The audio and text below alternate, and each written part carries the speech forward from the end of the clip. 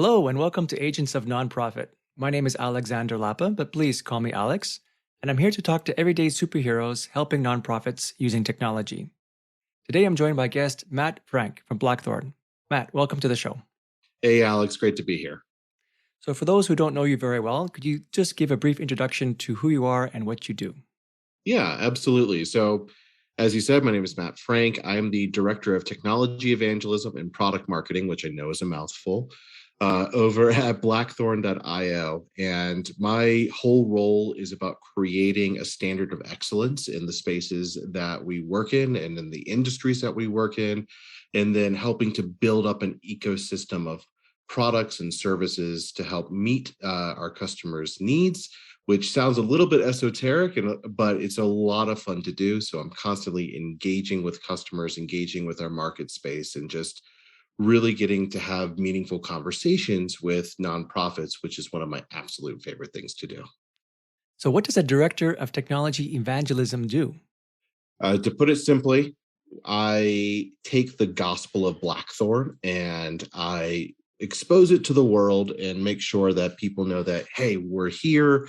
We can help you meet certain use cases, evolve your technology apparatus, and sort of meet the needs of that modern nonprofit, that term that we talk about all the time, but meet the needs of a modern nonprofit in a really meaningful and impactful way. So, as I said previously, it's creating a level of excellence in the conversation and showing a customer the different technology that exists that can help them not only meet it, but exceed that level of excellence for their organization and help them be better in service to their members, their donors, or their constituents. How did you get started working with Blackthorn? So I've been working in the Salesforce ecosystem for the better part of a decade, and I've worked primarily on the ISV side, a little bit of consulting as well. And over the years, I got to know Chris Fetterspiel, our CEO, and I had had a few colleagues from different organizations come to work at Blackthorn, which intrigued me a bit. So I looked them up. I sent a message to Chris and said, "Hey, are you open to a conversation?" And he said, "Absolutely." And the rest is history. So, you sold yourself the position.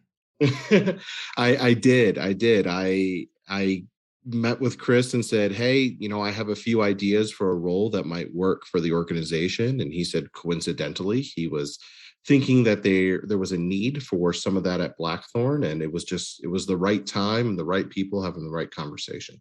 It's not a title that you normally hear, at least not one that I've heard on a day-to-day basis. Would you akin it to a type of sales position as well? Like, or is this something that's exclusive to Blackthorn, or have you noticed other people with a similar title at other organizations? So there's other people with a similar title. It's certainly not something I came up with. It's not proprietary to Blackthorn in any way, but it's a growing trend in nonprofit technology, but also in the larger SaaS world to have somebody in place who builds that critical mass of support for a given technology and establishes a technical standard in the marketplace. There's some great folks out there who do it. Salesforce has technology evangelists.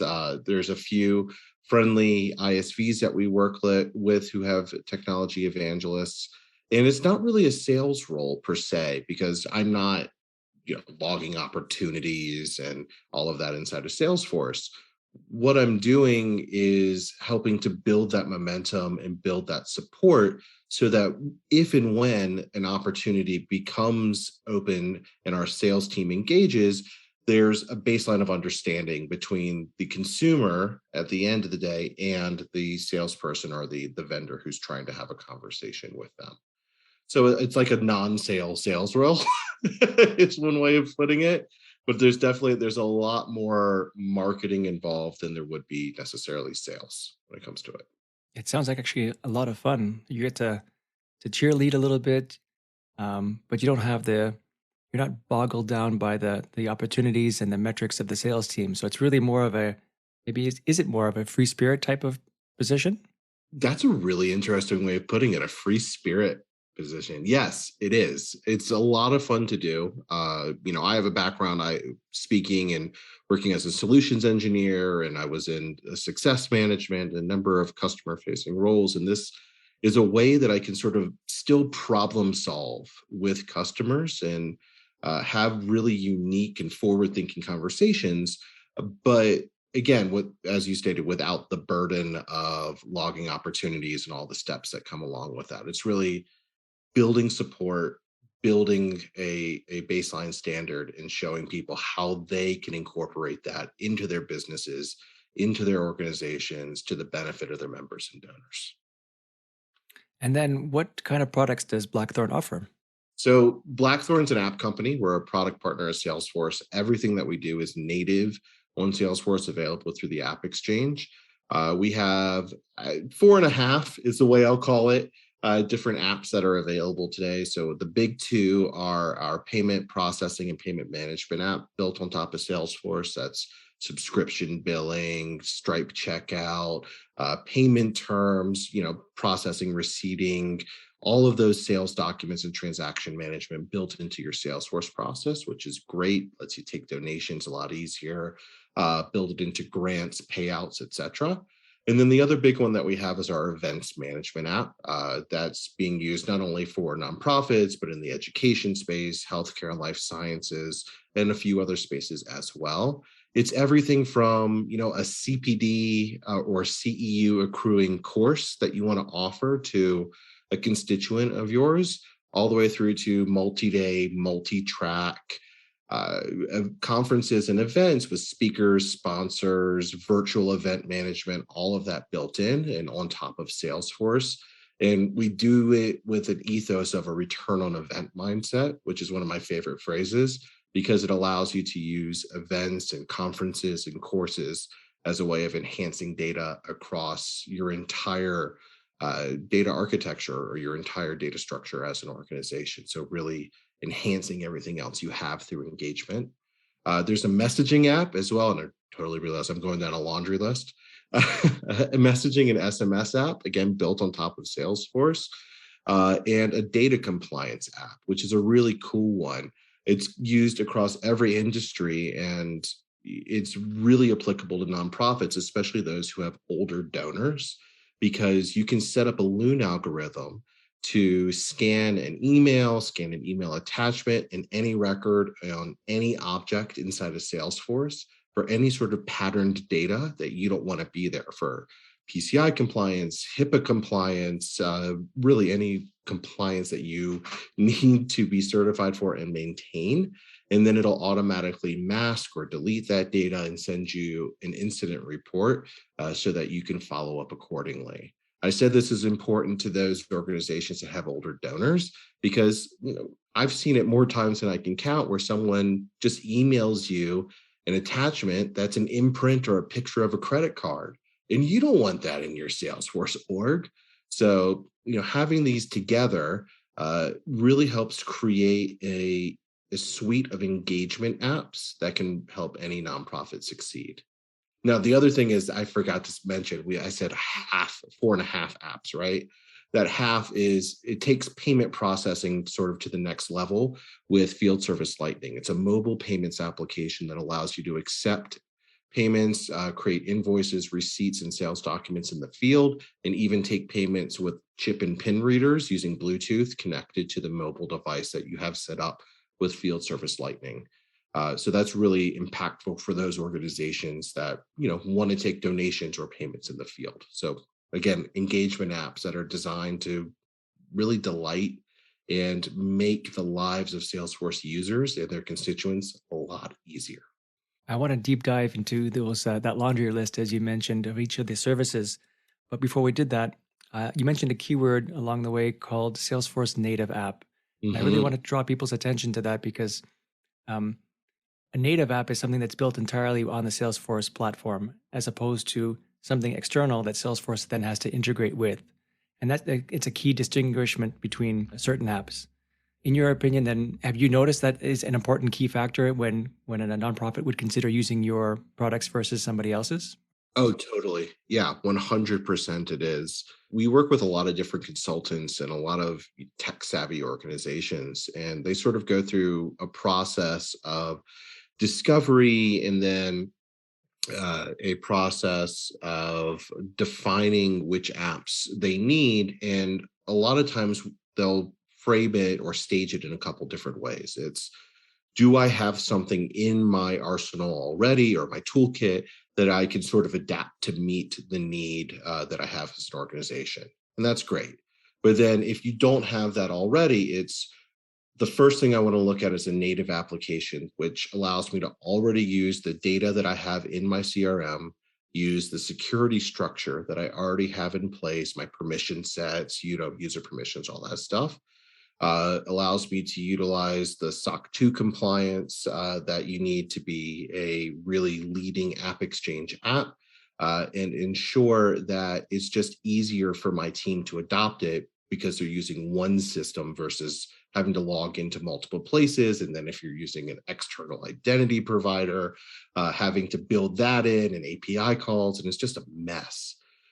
The other, that next stage is, okay, is there, if there's nothing built natively on Salesforce, is there something I can integrate? And we do see that sometimes where organizations take what's called a best in breed approach, where they don't care, or they're agnostic to whether it's native or not. But overwhelmingly, we do see that Salesforce nativity is a key factor in our evaluation as an application company and our measures towards success once we are installed in a customer's environment. And the reason why those 4.5 apps were chosen was, I guess, Yeah. there are some things in Salesforce that Salesforce doesn't do very well, and payments and events are two of them. Was that the Yeah. main reason that Blackthorn exists, or was there like another motivating factor to build these apps? So, sort of twofold there. Yes, there was white space for these on top of Salesforce, but if you were to, go to the App Exchange and type in payment processing, you'd see any number of applications that come up. Same thing with events management. You'll see a few native ones pop up, but not really many. Most have connector apps, if anything, on the App Exchange, or there's a middleware tool that's advertising a pre-built connector that they already have. So that's one side of it, right there, that white space which exists. But the other side, and this is an ethos that we try to build into all of our apps, is that if you have to look at the documentation to use an application, we've built it too complicated. The UI maybe is off, or there's too many steps to complete a process. And when we were looking at the App Exchange, evaluating that white space, really seeing where we can make a positive impact in the Salesforce ecosystem, we found that while there may be some competitors, and that's a good thing for us as a product company to have those competitors, it was cumbersome to achieve just really basic goals with a lot of the common use cases we were seeing. So we wanted to, yes, build something that fit into the ecosystem well, that Salesforce wasn't already doing or not doing to the degree that nonprofits needed. But we also wanted to build something that was just simple and delightful for users to adopt at the end of the day. Because when you're migrating over to Salesforce, and I'm sure you've seen this in your life in the Salesforce ecosystem, one of the biggest barriers that you have to face is adoption of the new tool.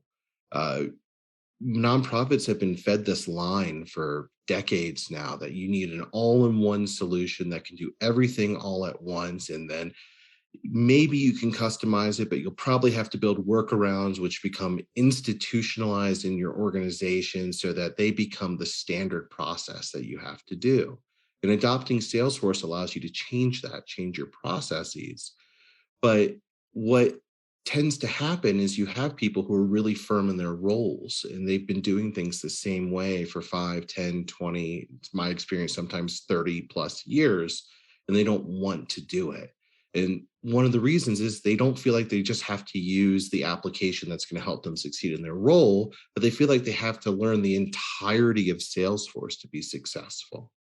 So building an app or multiple apps that are super simple to use, that you don't really have to look at the documentation to be successful with, was key and important to us. And that's why we chose to build it on the App Exchange, so that when a nonprofit or an educational institution or anybody else decides that they want to do X on top of Salesforce, they can do it simply and minimize the friction from their longtime staff.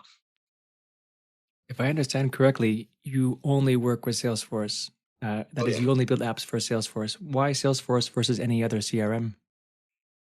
It's one of the best CRMs in the world for a nonprofit to adopt if they want to not just meet the needs of their constituents today or their mission today, or even 5 years from now. It's the type of platform that you can build and grow upon so that you can meet needs that you don't even know exist a decade down the line. And allowing Salesforce to provide some of the basic services that you have to build out on other CRMs, like identity management and some of the really granular permissions that you can build out, gives Salesforce users a head start that some other tools just, they don't provide. And we looked at Salesforce as a way of really kickstarting a digital migration or transformation process that an organization wants to take.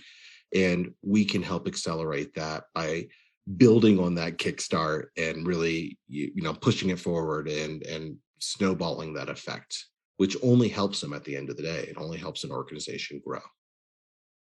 Yeah, I've noticed the same kind of trend where the larger the nonprofit gets, the more they need to shift away from a maybe a one size fits all model where Mhm. it's a smaller CRM. It does everything they need to do, but it doesn't really scale very well. It doesn't. They have to adapt their processes according to the CRM. They can't modify the CRM to their processes. Oh, yeah. Versus towards Salesforce, where in some cases it could be the end result is you work your way up almost to Salesforce. And I'm sure there's some inconsistencies or situations where that's not the case, but generally I noticed that is the general trend. Yeah, absolutely. I've seen that too, where you build your way up to it. You go from, maybe a smattering of different applications to a industry or sub industry specific point solution that can do maybe 80% of what you wanted to do, and then you have to adapt it or develop on top of it. But then you realize, oh my goodness, it's going to cost me $250,000 to upgrade this point solution because I've already customized this one security feature or payment processing feature to meet my needs. And that's going to cost more than adopting a new system would. And you look at Salesforce as this land of opportunity, which it absolutely is. But there's a double edged sword to Salesforce, right? So you can do anything on it as a platform, but you can also do anything on Salesforce as a platform. So when you do adopt it, when you do work up to it, and you outgrow a lot of those point solutions, or sometimes I call them lifestyle apps that exist out there, it's good to work with a consultant, either full time or part time, to really help an organization zero in on exactly what they're looking to get out of Salesforce as a platform and the surrounding ecosystem. Because otherwise, that world of possibilities can be overwhelming, and you can really have paralysis by analysis, right? You can overanalyze the App Exchange, overanalyze Salesforce, and having that guiding hand, whether it's from the Power of Us Hub or meeting people in the Trailblazer community, can make a huge difference in adoption rates, success rates, and get the value, the true value out of adopting an enterprise tool like Salesforce. You speak of consultants, so I imagine Blackthorn works with partners as well. So Yeah. I'm sure you're the maybe I can call you the general of the army, but as you're as a broadcasting this awesome message of what Blackthorn can do. But I imagine it must be to your advantage to work with certain partners to help further spread that message. How do you work with partners in general? So we have a whole alliances team at Blackthorn. So we have people based in the United States, people based in Europe, people based in Australia. For that coming soon, we manage currently Australia from the United States, but we have a whole team dedicated to bringing partners on board, helping them really learn the ins and outs of our different applications and how to adapt them to the specific use cases of any organizations that we work with as mutual customers. And it's a really thriving ecosystem. We have dozens of consulting partners in North America. We have a few dozen in Europe, a growing number in APAC. And it's really delightful to be able to see how these organizations, which are looking at the long view of success for their customers, can then help guide them towards an application that can grow with them, like Blackthorn's events and payments management applications. And when we're successful in training up our customers, and I'm sorry, our partners, and they're successful in training up our mutual customers, what we tend to find is that referrals sort of come in from themselves, and we can have this sort of repeated success with our partners, which we love to do and we celebrate openly.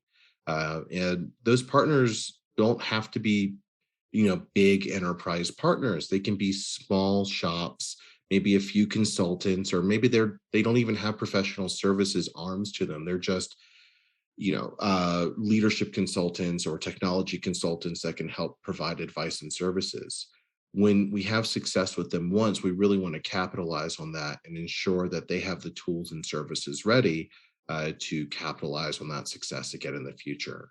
Whether it's training courses, whether it's certification programs, whether it's co-implementing with them using some of our guided enablement and onboarding tools. We just want to make sure that they're involved and they're happy uh, every day.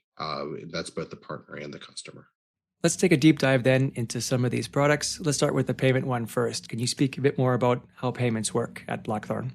Yeah, absolutely. So it's a payment management application that allows you to accept payments at scale, on the go, one off, or subscription.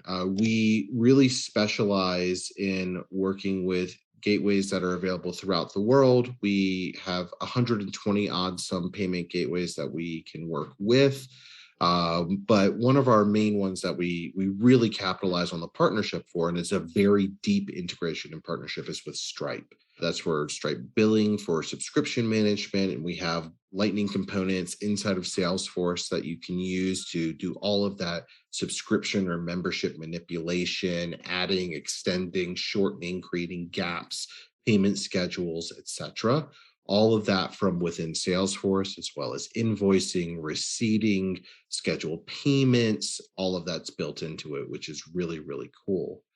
We can build upon that with the mobile payments app as well, which is available for field service Lightning users and Salesforce mobile users.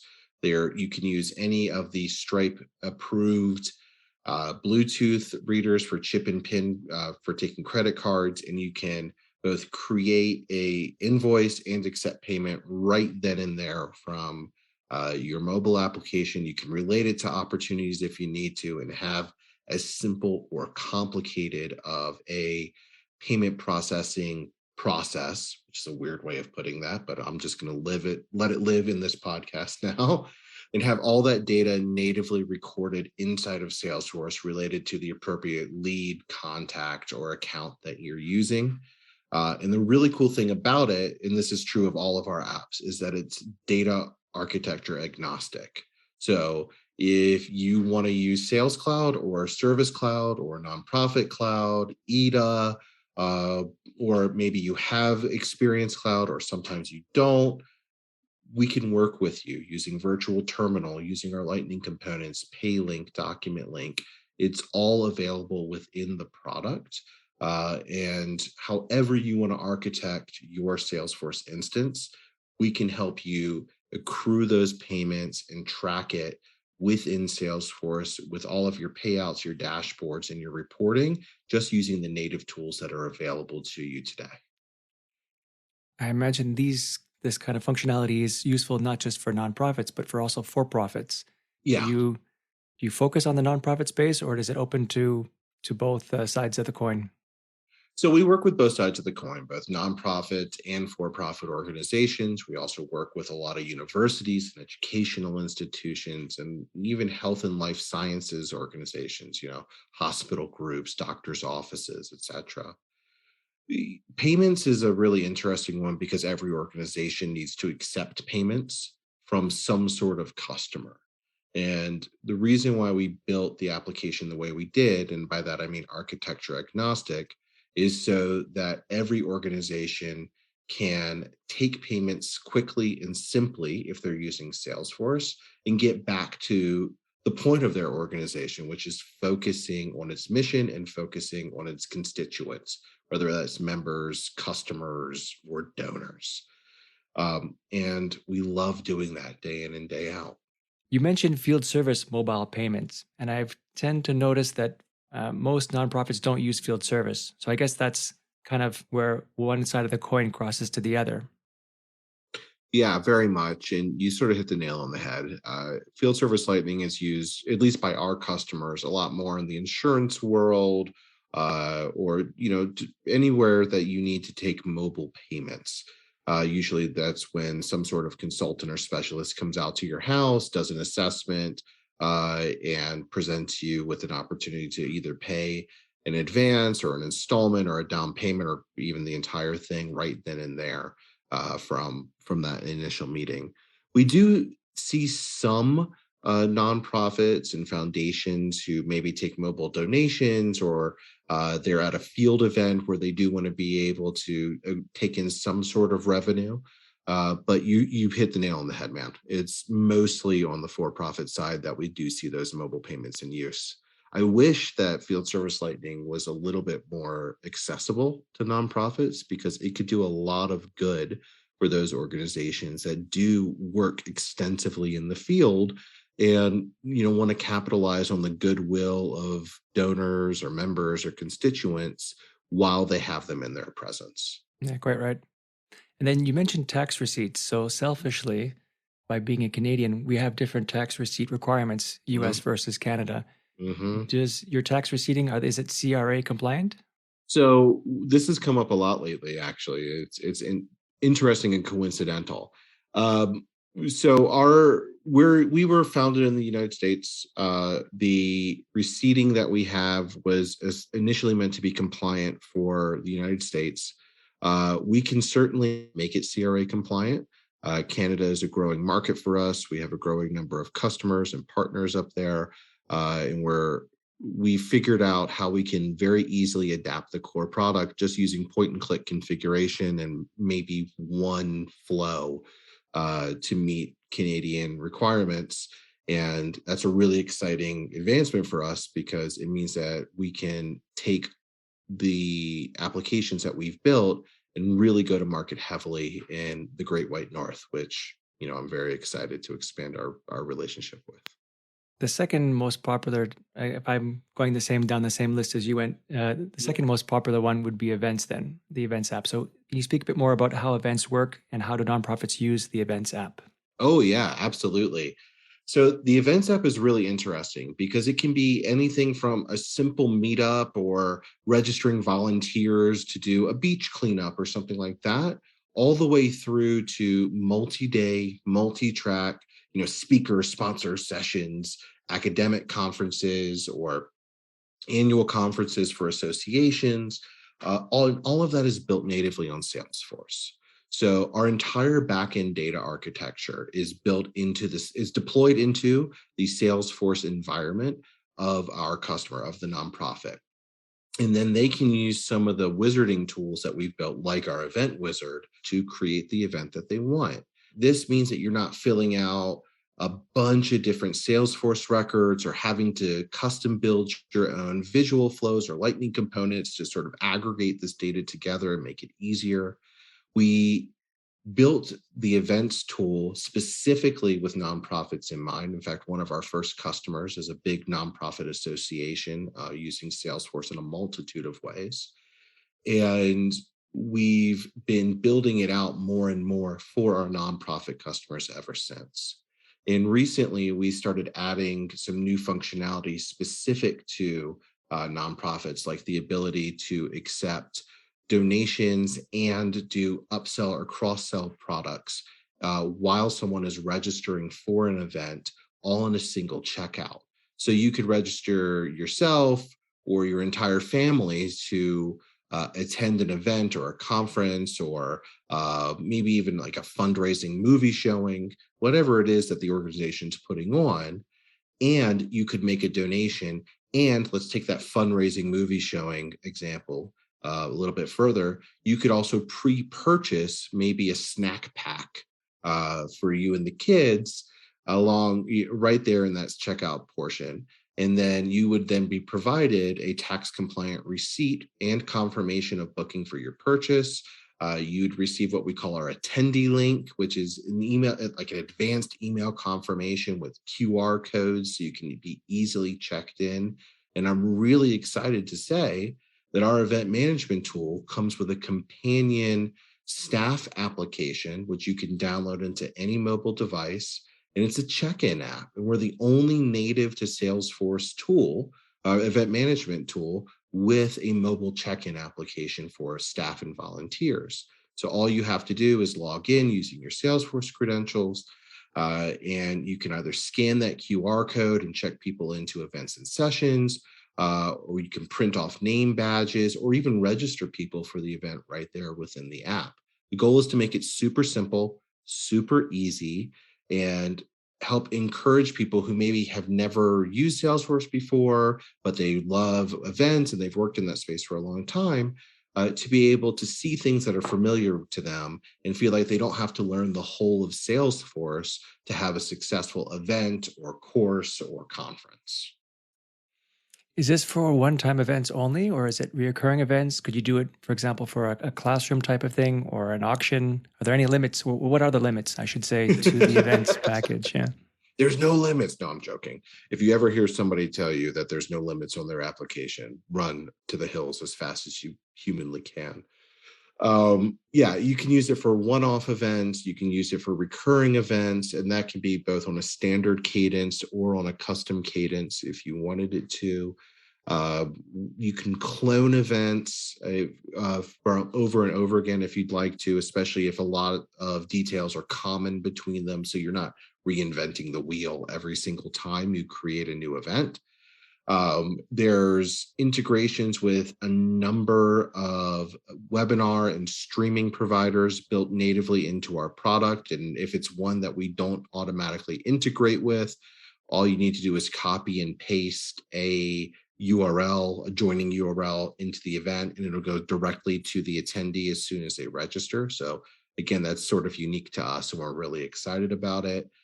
Um, you can use it to register people for auctions, register people to attend fundraising events, gala events. You can track tables and seats. You can track hotel blocks, assign staff within Salesforce.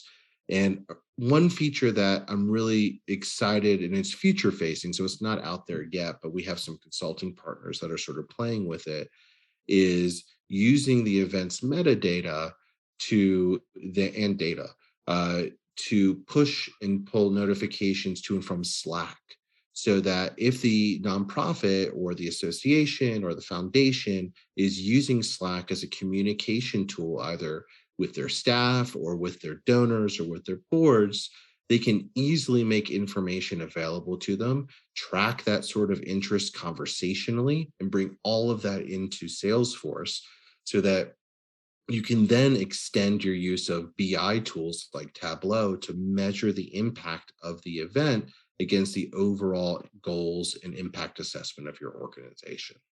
The next app that I'm curious about, and you touched upon it previously, was this compliance app. Hmm. So when you say that if someone, and I can't imagine someone actually doing this, but actually I can imagine someone doing this, but I can't imagine why, taking a picture of a credit card and then emailing it into Salesforce, like how do you analyze that data to say, oh, this is a credit card, we need to block it out or retract it, what is it, redact it?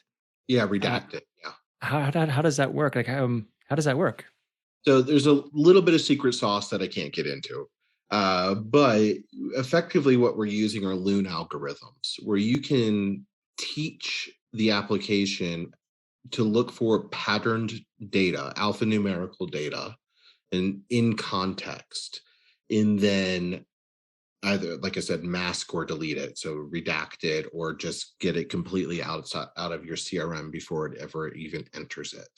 Um, one of the really cool ways that it works, though, is it's not just Salesforce records. So you'll see a lot of data compliance applications out there for Salesforce, which say we can look at any record on any object, standard or custom, inside your CRM.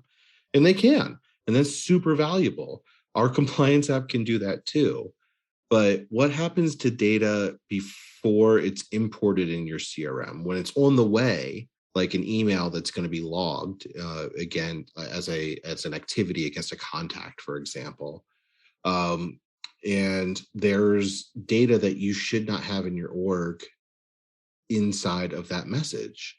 Well, we've extended our compliance app to with a tool called Secure Attachment to enable organizations to review any of those attachments and the email contents before it's logged as an activity in Salesforce and prevent that harmful or errant data from ever reaching your CRM in a way that could hurt your data compliance or hurt you as an organization. Uh, stuff that you just shouldn't have in there, like unmasked credit card numbers, social security, student identity numbers, those sorts of things, which are specific to an individual and really you shouldn't have available except to those. You can see my dog agrees. Um, Stuff that you just basically shouldn't have there when you don't need it to have there. There's a product called Salesforce Shield, which sounds similar to what you're talking about. Where do the lines cross between this compliance app and Salesforce Shield? Yeah. Shield's great. I love Shield, but Shield is less about ensuring the compliance of data coming into your org and more about preventing errant access to data that's in your org. And so we can work together. In fact, most of the organizations that have our compliance app also have either one of the tools within the suite that makes Shield, or they have Shield entirely, and they complement one another. So we prevent errant data from entering your org as a poor attachment to an email, which is going to get logged as an activity, or as data that's written out within a message that's going to enter into the org itself. And in case on the very, very, very off chance that something slips past, you can then use Shield to mask it, ensure that only the right people have access to the records where that data even exists, which limits the exposure of that data going forward. So they're really complementary tools.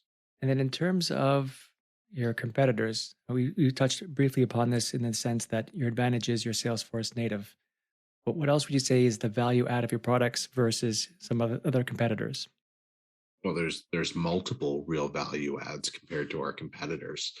But for payments specifically, we have a really deep integration with Stripe, which is a true value add for organizations, especially because of the complementary tools that we can access within Stripe's entire apparatus of applications and tools that you can build on.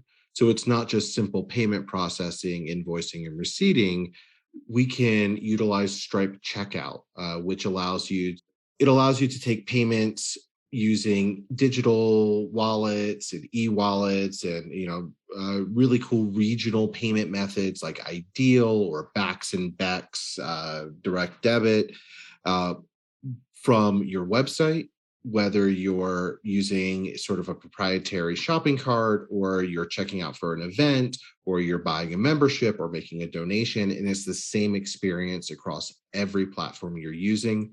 Meaning, if you've used our events app in a community, you're going to get that same experience as if you're registering for the event on your website. And then you can also use Stripe billing, which not a lot of applications are integrated with, and especially not integrated with. And then you can manipulate, use through a Lightning component inside of Salesforce on any object that you want to add it to your page layout for the records for. So that's a true value add here. We're bringing all of these really cool, really powerful payments pieces directly into Salesforce, meaning that your finance team, which may not normally be involved in your CRM using it on a daily basis, it sort of brings them into the fold as well. So again, it encourages adoption, it removes a lot of friction, and it ensures that there's updated, synced data between your payment processor and your CRM so that all teams within a nonprofit, whether it's fundraising, membership, marketing, or your executive team, are all reading from the same page. Similarly, for events, yes, we're native to Salesforce, which is a huge differentiator for us.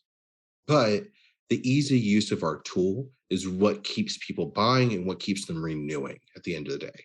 Having the event wizard, having registration pages that you can embed anywhere from your CMS to a community to, I've seen people, I frame it into a mobile application.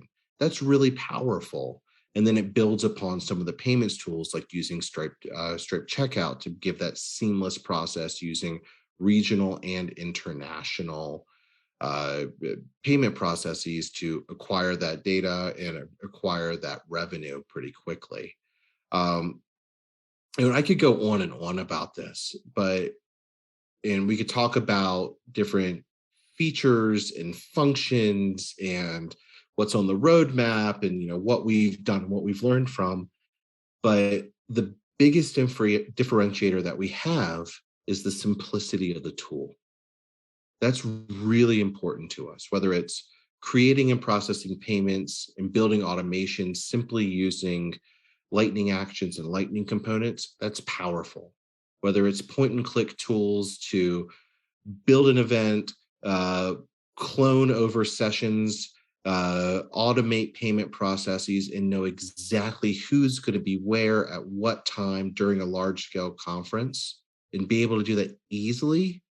That's a huge differentiator for us.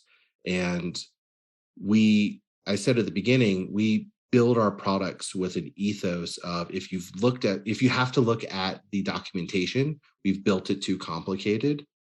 And I can't think of too many other product partners of Salesforce that sort of live and die by that exact same ethos that the goal is to be simple and to delight a user of Salesforce.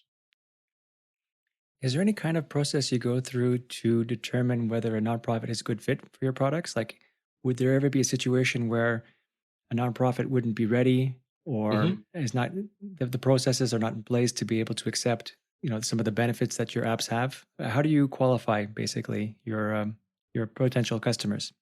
Well, one of the most basic things that we do is we have conversations with them. When we engage, whether our sales team or whether we're meeting somebody at a conference, we're going to ask them questions and we're going to listen. One of the things that we train our success teams on, our sales team on, is to limit the amount that they talk during a conversation with a nonprofit, an educational institution, really any prospective customer, to ask them questions about themselves, about their use cases, their pain points, and to take notes on the answers. Realistically, my guys and gals who work at Blackthorn will be speaking the least amount at the beginning. And then after we've had those conversations with you, we've asked you questions like, potential revenue sizes for the year. How much are you taking in donations? What are your goals for the next few years in terms of technology adoption? How has your membership base grown or shrunk since the beginning of the pandemic? And how are you looking to change or adapt any processes that you have in place? And after we have these conversations, we'll look back and we'll do a little mental math and a little scoring within our system and figure out if we're a right fit, if we're too early, if we're going to be competing for business based just on price alone, and someone's not really interested in functionality. And we'll be upfront. I mean, the goal here is not to waste anybody's time. So if you need to disqualify us or we need to disqualify you very quickly, we're going to do that because it's in everyone's benefit. And we don't go down this long march of a process that ultimately ends in heartbreak for everyone. So yes, we look at sort of minimum revenue thresholds. We look at staff sizes. We look at whether there's a Salesforce admin or not. We look at longevity on Salesforce, if there's a consulting partner, technical maturity outside of Salesforce. All of these things are evaluated and weighed as we qualify leads through our system. And then what is the short-term near future plans for Blackthorn? Where would you like to see the company or some of the products and the apps evolve to in the next coming years? Yeah, so we're growing year on year as a company, and our customer base is growing too. In fact, as we're recording this in the middle of May, there we just crossed 600 customers, which is a really big achievement for any company. But we're really proud of that for our product suite as well. In the near future, we're expanding upon our existing event base using our product board. So all of our customer requests for enhancements, new features, all of that. Whether it's enhancements on receipting, there's some enhancements on the lightning components that we have for Stripe billing. Those are all coming out in the next few months. We're also building some new applications that are going to be going to market later this year, expanding on our virtual and streaming events presence, but also expanding upon commerce. And by commerce, I mean the ability to have sort of an e-shop that is native to Salesforce, but doesn't necessarily require Experience Cloud, which can be cumbersome and expensive for some nonprofits to maintain over time. So if you offer CPD or CEU courses for members, maybe you're a professional organization and you have to accredit people year on year or certify them year on year and make sure they have the right number of credits in different categories. You'd be able to buy all of those different courses, check out, and ensure that people showed up, they passed their test, and you can have that sort of cohesive shopping cart experience built into your site or Experience Cloud, whatever you want. And one of the biggest things that I love about our roadmap going forward is we've worked our tails off. I'm using tails instead of the word I normally use to minimize the amount of technical debt that we have as an organization. And we did that so that we can focus on customer needs and then use any patterns for customer needs that exist in our product board to predict what our customers are going to be asking for 18 months or 24 months down the line. And we'll have conversations to validate that that's correct. Everything's built upon that. But at the end of the day, our goal, especially as we move through 2022 and into 2023, is to make our updates and enhancements as focused on customer requested features as possible. And in 2022, ensure that the stability of our products is there for the long haul so that nonprofits and other organizations who have very thankfully, at least thankfully to me, adopted Blackthorn, have the confidence in our products that when they do upgrade and adopt a new feature or maybe another app from our app suite, that they know that the underlying pipes and wires, as it said, are stable and can grow and scale with them and their goals as an organization. Awesome. I wish we had a bit more time. There's still a few questions I didn't get a chance to ask you, but Gonna have to maybe have me back. I'll have to have you back, I guess. Listen, this has been great. Where can people find more about you online or more about Blackthorn online? Yeah, so blackthorn.io.